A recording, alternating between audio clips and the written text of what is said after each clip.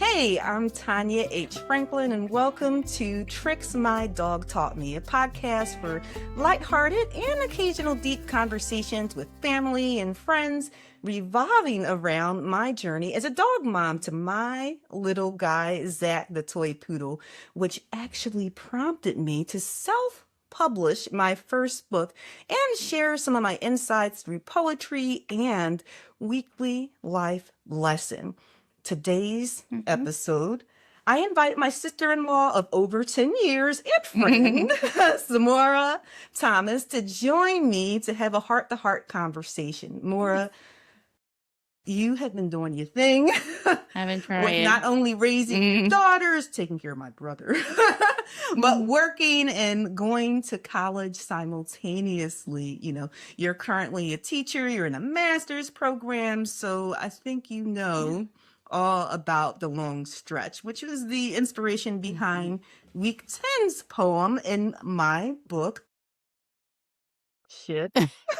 My dog taught me. I'm going to pause like every single time I say the title of my It's okay. book. Anyone who knows me, they know I haven't really used profanity, but I just thought it was such a clever title. But Zamora, I know you're a busy person, so I really do thank you for agreeing to be a guest today. And though we don't hang out often, when we do, I thoroughly enjoy your company. Oh, thank you. Yeah, and conversations too. You know, I feel like we have some really good conversations. So to get started, I want to recognize the phrase long stretch. You know, usually it's associated with an extended period of time. But what brought me to this title for the poem in my book, it's actually when I observe every day, several times a day, without fail, Zach will stretch.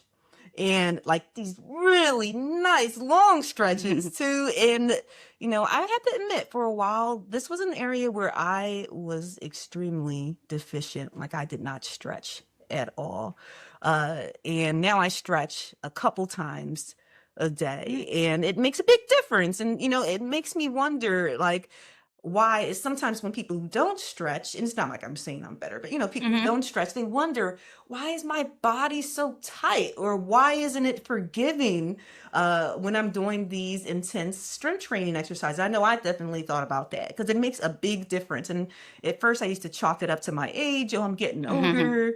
But once I started stretching regularly, my body wasn't as tight and I wasn't as sore either. I don't get sore as frequently. That's good. Yeah, and I feel like stretching, you know, helps with that. So I'm going to start with that as part of the conversation. Yeah. I think stretching is good because once I started doing yoga, I'm like, I'm not as flexible as I thought. Like in my head, I'm an athlete in my head.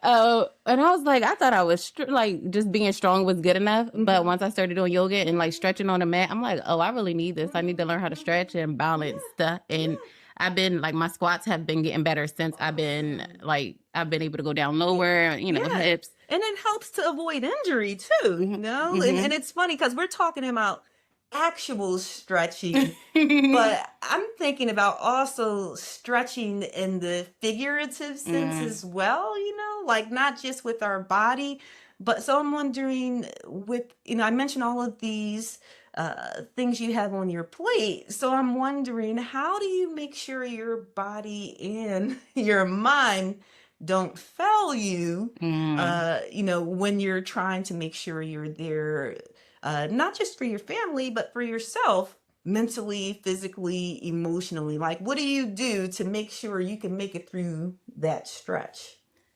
So I had to learn how, like, because when I first had Sky, I was just like, my only goal was to be a great mom, and I would just do things for her and to make sure I do things for Dom. But then I was getting tired all the time. Like even getting depressed and crying in the bathroom, like, and I had to learn to do things for myself so I could do this long haul stretch. And that is doing things that I love. And that's being a athlete in my head, signing up for things, like we did the Spartan and doing the kickboxing, and now like going back in the gym and getting a membership to, like, I love facials. I love anything with face routine.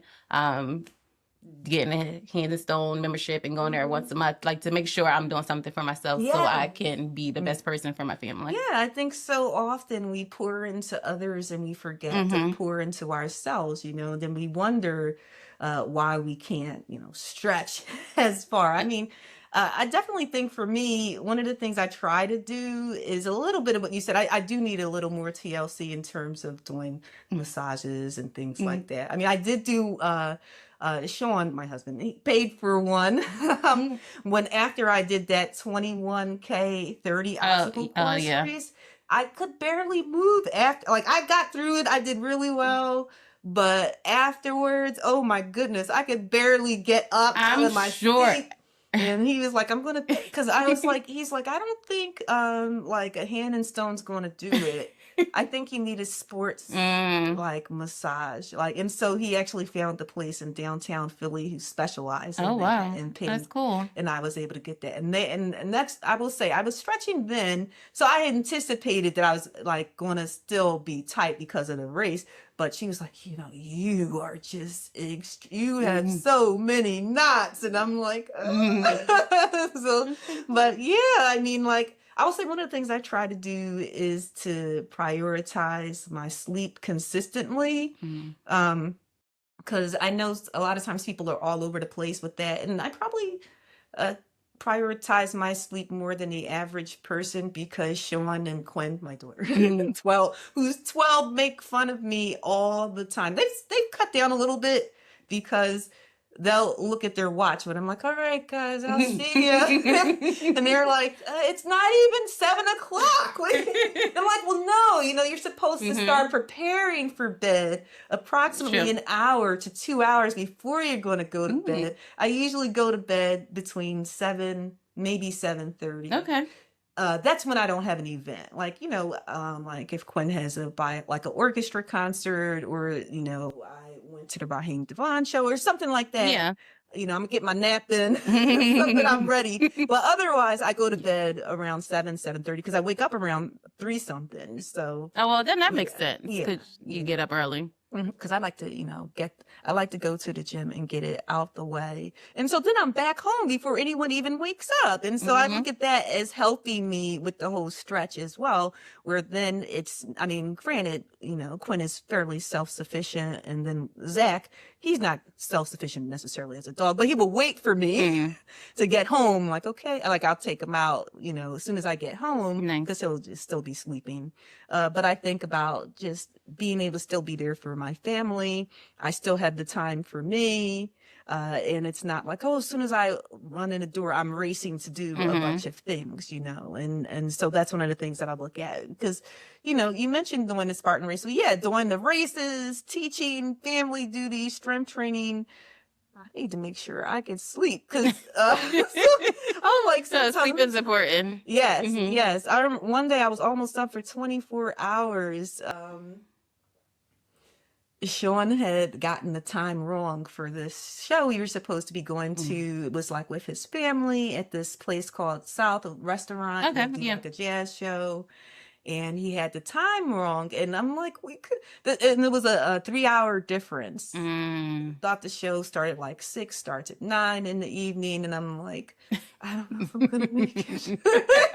I'm like, I should have taken it back. And that was the day I was on the second floor roof painting. Oh, shucks. Like doing the exterior. Because, I try and do it all. And I'm like, I'm just exhausted. And so his sister is like getting on him. She didn't get proper sleep. So yeah, I mean, yeah. So but I will say that's one of the things that I try to do. But I will say that most people, they respect it, or they've come to expect it, I should say, because I'll even have people who like my best friend Michelle. She'll text me and she's like, "I know you're already sleeping," and it'll be like 7:40. "I know you're already sleeping. I just wanted to send this." So I'm like, people know, so they become accustomed to it. You'll see it when you get up. Yeah, they're like, you'll see it. But I just still feel like it. It helps me. Another strategy I would say to stretch myself with, like, mentally, emotionally, is to try to focus on the positive. And obviously it's easier said than done sometimes. Definitely. And But I will say that it helps a lot.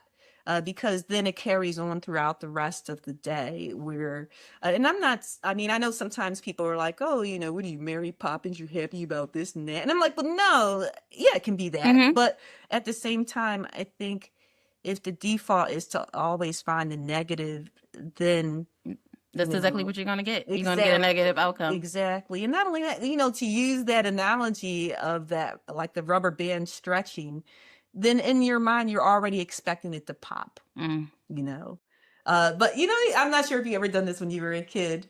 I used to like see how far I can pull a rubber band. It hurts because I already know the outcome. No.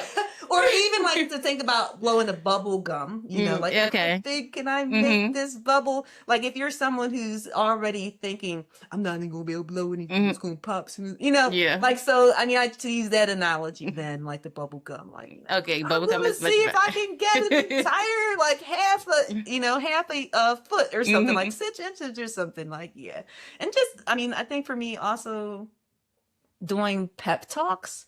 I mean, I know it might sound corny, like I mentioned that one race, like, and I'll never forget this guy. He turned to me because he heard me, because I was like, "You got this." I'm saying it as I'm, "You got this. Come on," like, because I was like, we were like, what, 21. This is probably like 18, and and he's like, "That's right." You have to. Like, I promise. We probably helping each other with our pet talks. So that's like, you never know who's listening also. But, like I mentioned about the getting adequate sleep, I think that sometimes people, they don't get proper rest and then they stretch themselves too thin. They wonder why they're not functioning at full capacity, or they're dragging and tired. Do you ever find that you're stretching yourself thin? And if so, in what way? Oh, yeah, all the time.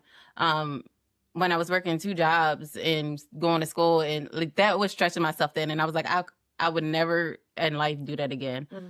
Because I was working at Acme from 11 to 5 in the morning, but then still working at the school district from 7 to 3, and I still had to go home, help the kids with homework, and still be a wife and still do my schoolwork. Till this day, I still have anxiety when I go into Acme because of the feeling I felt. You ever see any other workers who? No, I'm so glad. Cause I just like I go in and out. I don't see nobody. I don't want to talk to no one. But it wasn't healthy for no one, because I just be like, when I'm home, I'll just be sleeping. And I felt like I seen how that affected the kids because they wanted to play with me and stuff. And I'm like, girl, like, I have to sleep. I have to do this. And so I don't, like I said, I would never do that again. Now I try to balance everything, even though balance, like, I'm not going to say impossible, but something is going to go like lag. But I just have to pick which is important that day or which one is important that week. The priority. Yeah. And you start saying, all right, let me compartmentalize this over here. That's not as important. Okay, this one here, that is. So like when my kids is at my mom's house or something, I'm like, all right, I'm on the couch, I'm doing my homework all day. Then when I get them, like, all my time is spent on them. Or me and Don have movie nights either Friday or Saturdays, whatever days work best, because sometimes he'll do overtime too. But try to find a balance so I won't feel like I'm exhausted all the time. And do me. Yeah. That's good. I love the idea of, finding a balance, because like when you said that, it made me think about, I remember when Quinn was, well, actually before she was born, when I was pregnant with Quinn, and my office mate at the time, I was confiding in her, and I said, I don't know what I'm going to do. I don't know if I'm going to do a good job, because I still want to do a good job in my profession and teaching, but I don't want to, fall short as a mom. I'm like, how am I going to do? And she's like, you'll figure it out. And I think that's what's interesting, is that we do figure it. That doesn't mean it's not hard, but we figure it out. We balance. And I'm so grateful for having like a Tuesday, Thursday schedule. Like, she's 12 now, but especially in those younger years. And I wanted to make sure I was physically present. But I will tell you something that happened, was I was physically present. We would even do activities when we would be in the playroom. We would do, letters, whatever, colors, all that kind of stuff. And it was fun.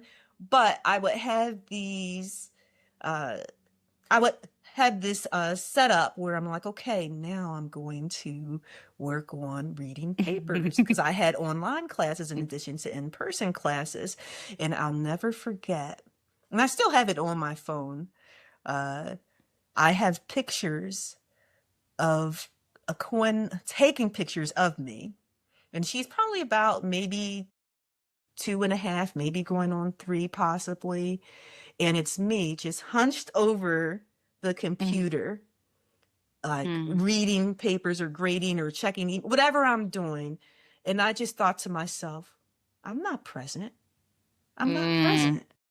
And so now I will say, so one of the things that I find where I do stretch myself then, even sometimes now, is I give myself these deadlines, which sometimes aren't realistic, just because I want to not have to do any of my grading or anything work related in her presence.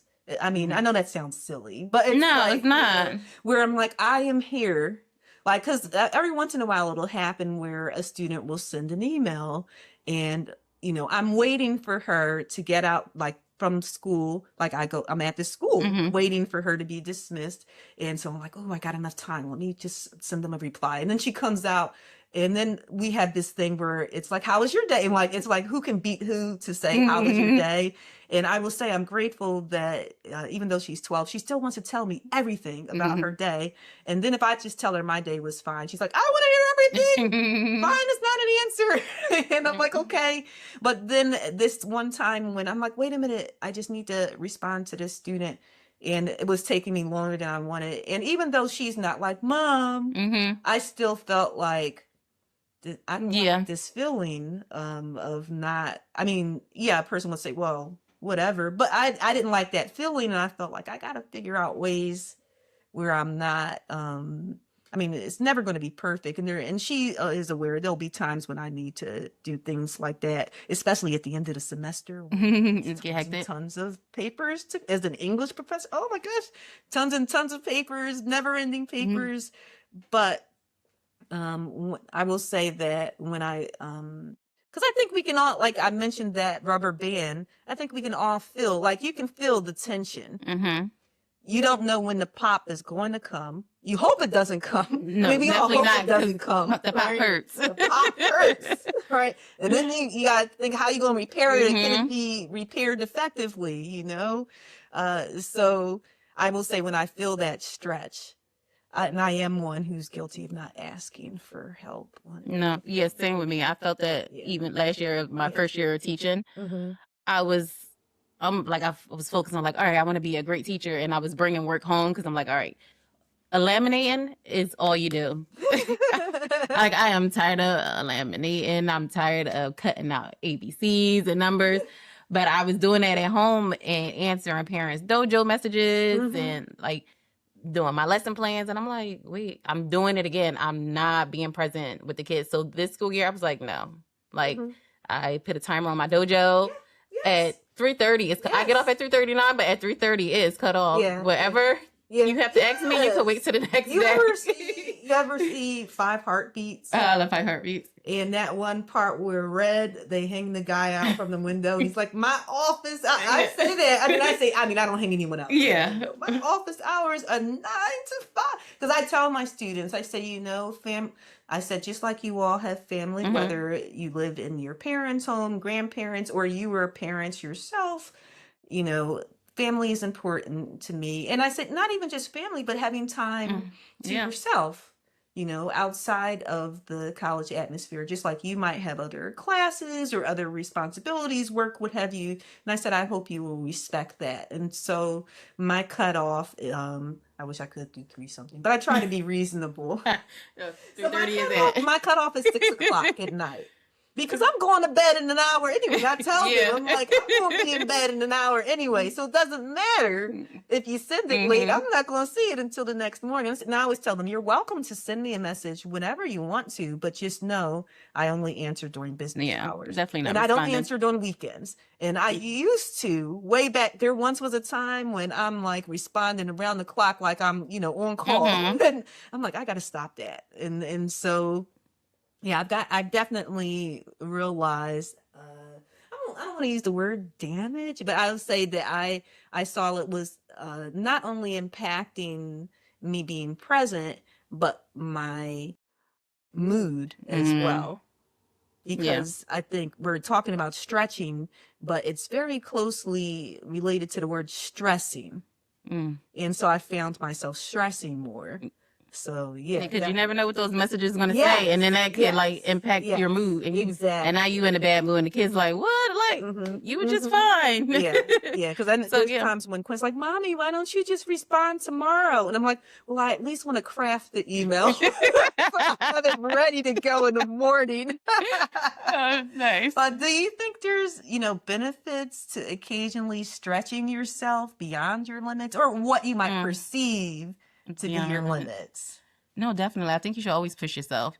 Cause you never know what could happen. Like I never seen myself in a master's class.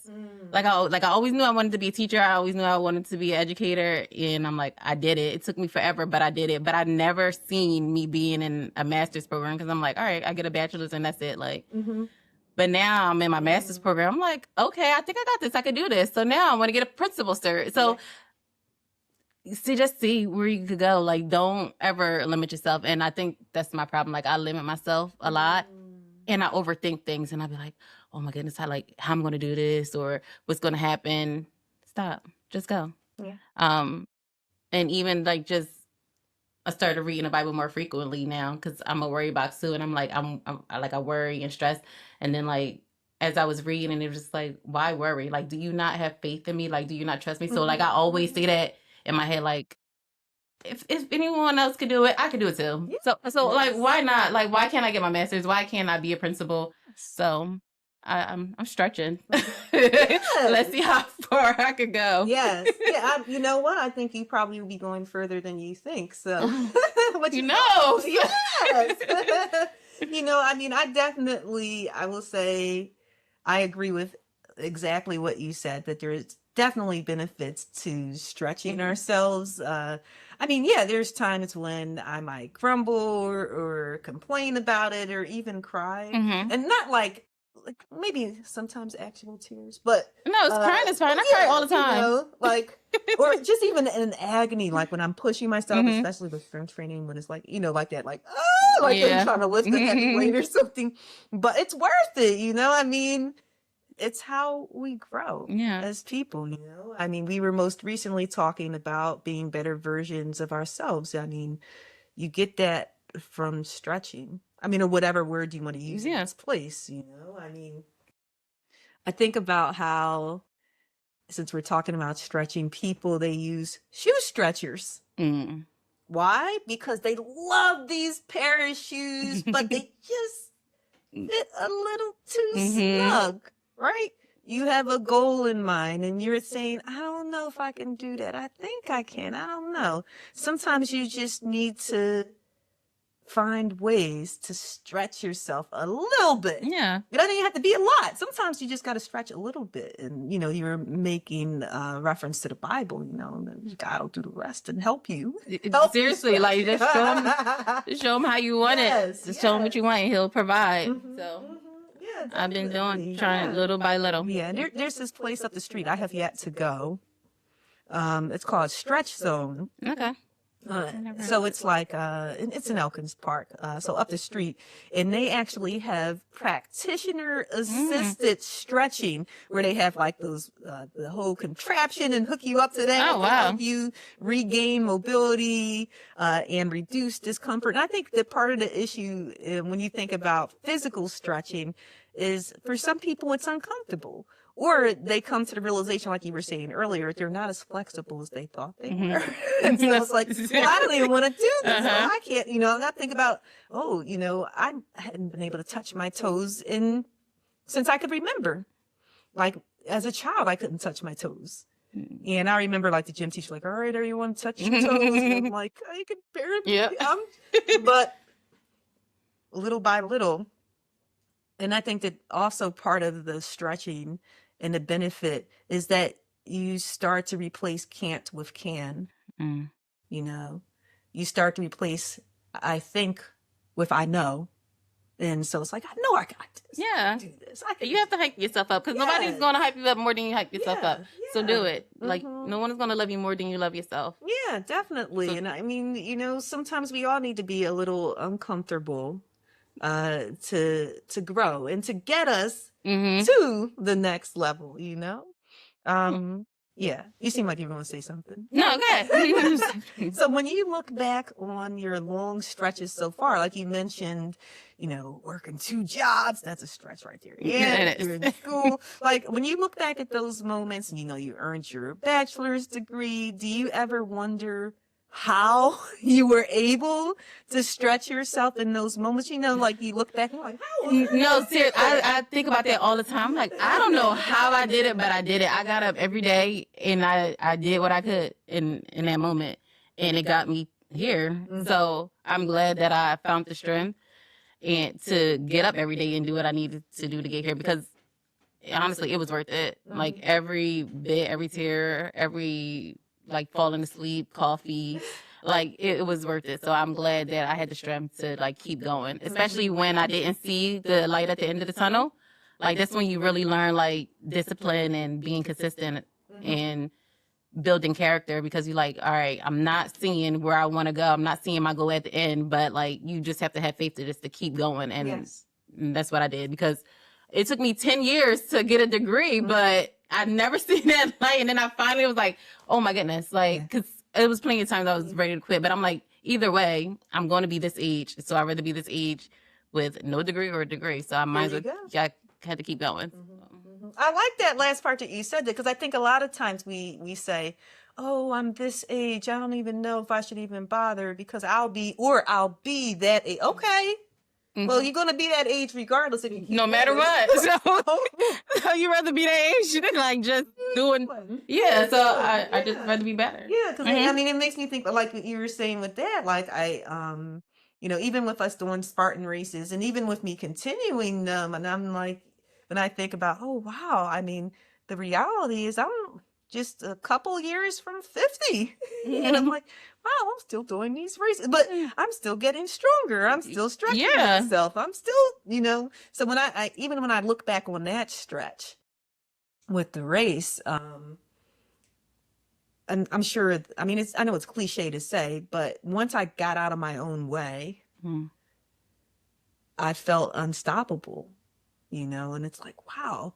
And even the one that I did most recently at Citizens Bank Park, I got across the monkey bars. I went in knowing 3 obstacles that I just was like, okay, I probably am not going to be successful with those. And that's okay. And I was all right with that. But when I was going, and the guy on the end, he's a volunteer, and he's like, come on, you got 3 to go. You got it. And I'm like, I do? There's only 3. I got this. I can do this. Okay, great. But it just made me think, wow, there are benefits. Because even when I know sometimes, because I was saying to one of my friends before, because for a brief moment, I wasn't really posting many videos.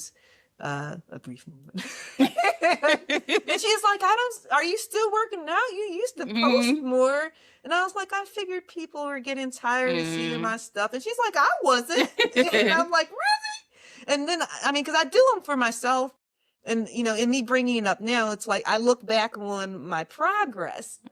And I think that that's something that sometimes we forget to do as we're, doing these long stretches, and we forget to look back. I'm guilty of that. We don't look back and say, wow, look what I've done. Let me celebrate. And I'm not saying it from a place of arrogance or no, but let me celebrate this. You earned your bachelor's degree. let me celebrate this. A lot of times it's all right, what's next? What's Yeah. next? Before you even celebrate this Mhm. long stretch that you had, So I think it's very important to do that, So I'm wondering, how do you prepare, or how are you going to continue to prepare yourself for this Okay. stretch with reaching your upcoming goals? Ooh, how I'm gonna continue. I right now I think I'm doing pretty well, so I will continue like doing the things that I like doing. And then also just like I'm starting to go out more with my cousins, and that's something that I really wanted to do. So I'm like uh for like a long time. So I'm like doing life with my cousins. It's like it brings me joy because it only like I definitely could be myself with them and like just crazy, silly. So just finding a community that celebrate each other, and then I could be myself around with. So when I do need to do what I need to do, like it all balances itself out. Like it's someone for everyone. Like I have my kids that bring me joy. We do karaoke in the car. So every little time that I spend with them, I try to maximize it. With just going to school, or I always give them a lecture. Or just the little things like spending time with Don or my mom. So when it's time for me to work hard and do what I need to do, like I don't feel guilty because I spent the little time that I do have with everyone to keep me going. And I think it goes back to that word you mentioned, balance.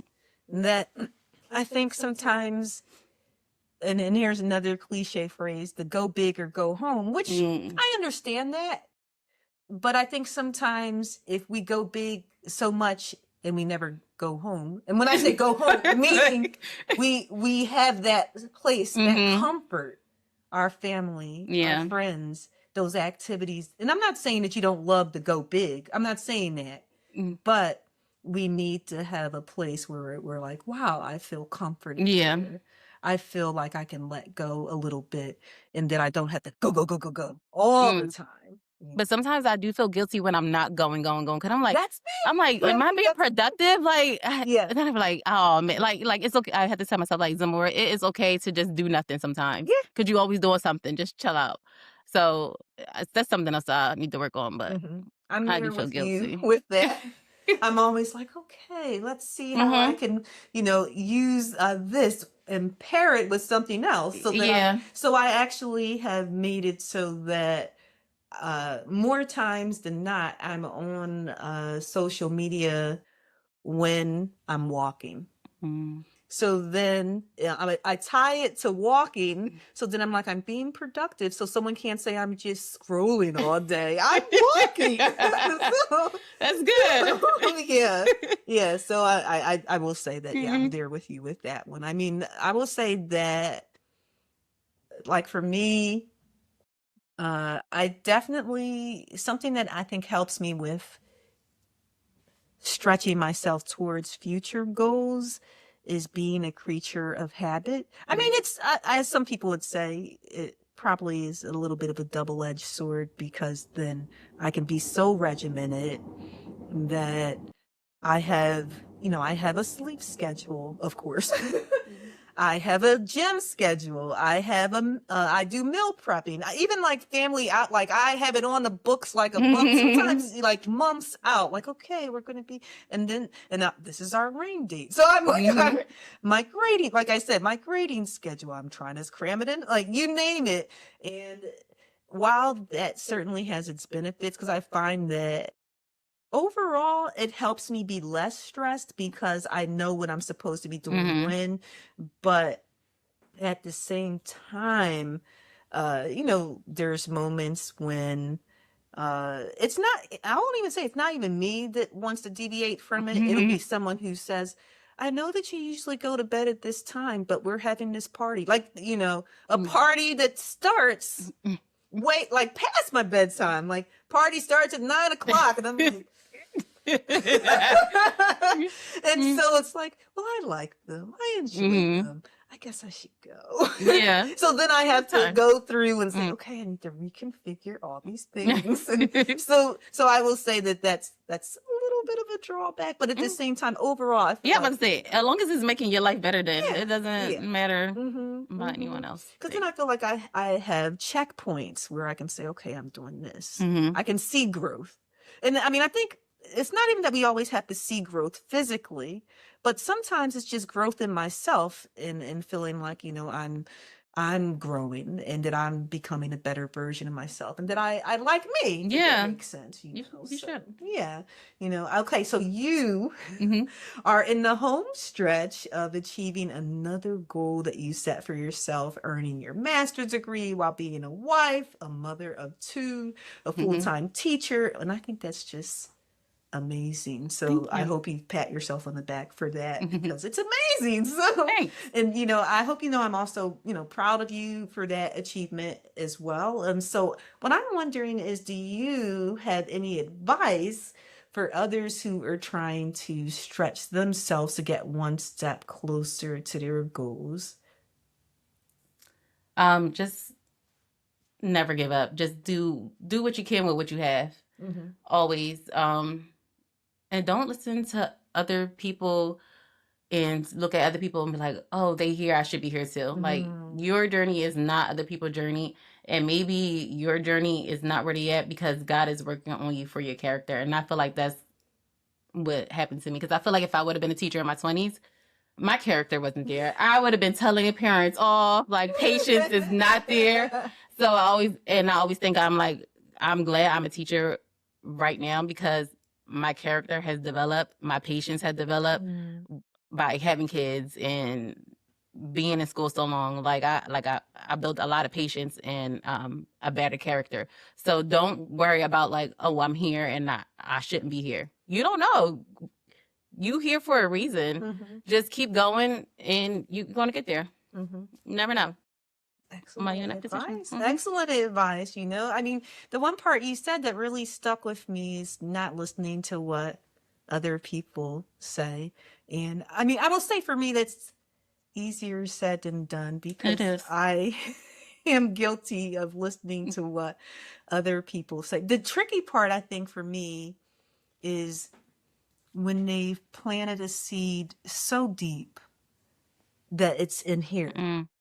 So it's, and sometimes it's positive stuff that like I'll hear someone in my head saying, just go for it. And maybe it's my best friend saying, just do it. Like that's one of the reasons I went through with the book. I'm like, come on, just do it already. Yeah. Okay. And I hear her in my head. But then there's times when I will say, I won't point people out by name because, I'm not trying to do that. But where there's some people who said some negative things over the years, multiple times, and it's in my head.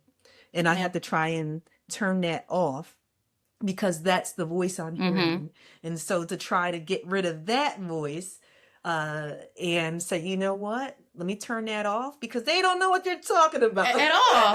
Like, you just can't listen to people, especially because you never know what someone else is going through. And they might be putting that on you. So like, you just can't take things personal.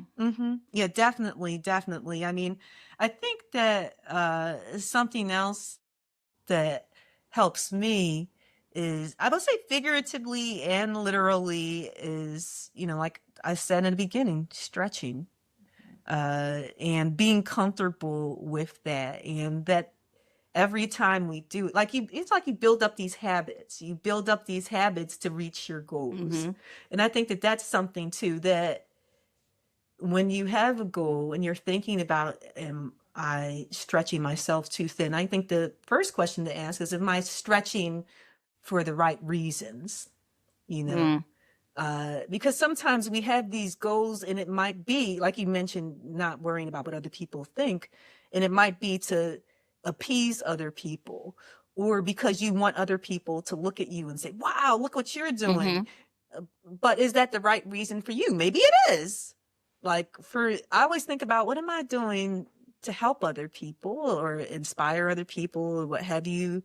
And obviously I want, to feel good about myself as well. So I find that sometimes when I do that, it helps me feel even more comfortable with the process of stretching. So when I'm in those moments when I might feel a little self-conscious or uncertain about what I'm doing, then I can remind myself, okay, this is why I'm doing this.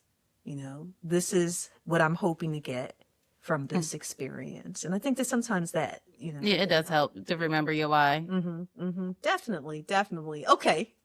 So the last question, a fun one, Okay. I hope. When it comes to, dogs, like I mentioned, they love a good stretch. Because I wrote, okay. That's cool. And so I'm wondering, if you were a dog, what breed would you be and why? All right. So I did have to do a little research on this because I'm not the best dog person. And so the best dog breed, a border collie. You ever heard of it? Okay. Yeah, they're supposed to be the smartest. Really? Yes. See, a good friend of mine. She really? had one. Because when I read it, it was like they are smartest. The toy poodle. Toy poodle.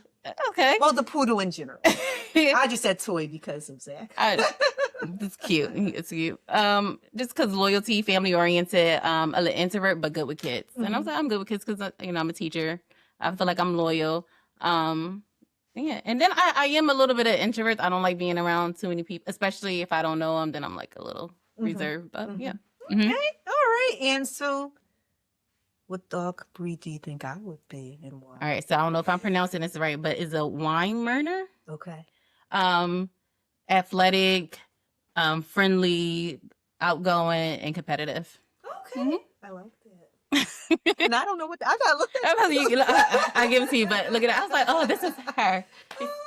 You like to compete. You athletic. You friendly. Yeah. Maura, thank you so much for agreeing to be a guest on my podcast. I hope you had a fun time. I did. It's good.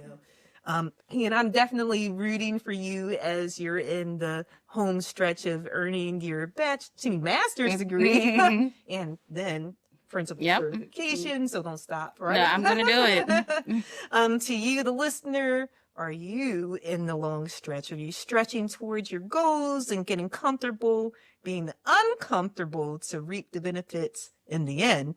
Learn from my little guy, Zach the Toy Poodle. Stretch a little every day and you will go further than you ever thought you would.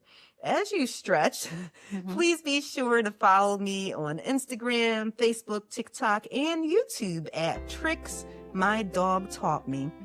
Share some of your insights and questions, and I also hope that you'll share this podcast episode with friends and family too who are in the home stretch. Until next time, in the words of Robert Falcon Scott, a British Royal Navy officer and explorer, the dog lives for the day, the hour, even the moment.